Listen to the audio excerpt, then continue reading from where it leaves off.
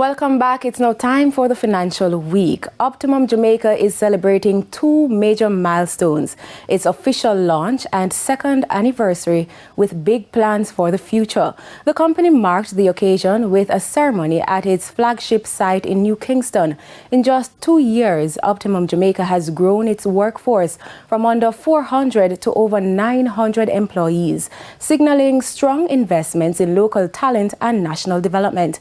Executives say the company has evolved from a support site into a corporate powerhouse. When we started, we were about 400 employees, give or take. Kirkland, you may remember this.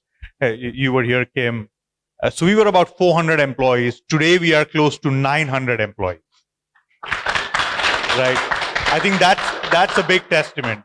We had one or two lines of businesses. We had the voice, CSR, TSR. Kirkland is teleprompting there. So, definitely just two, which was CSR and TSR voice. That's all we had.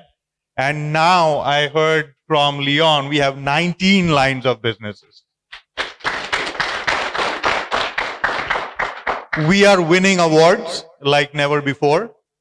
We are growing like we have never before. And we clearly are on a journey and we are unstoppable.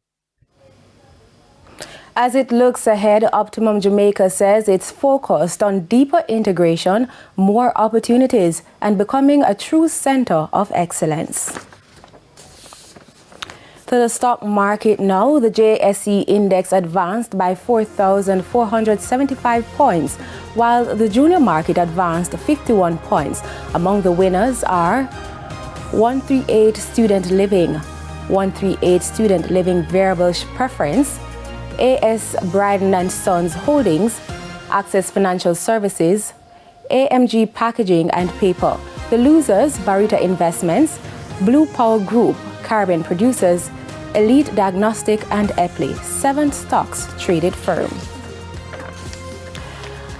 Foreign exchange trading ended with banks and cambios selling the US dollar for an average $161.26.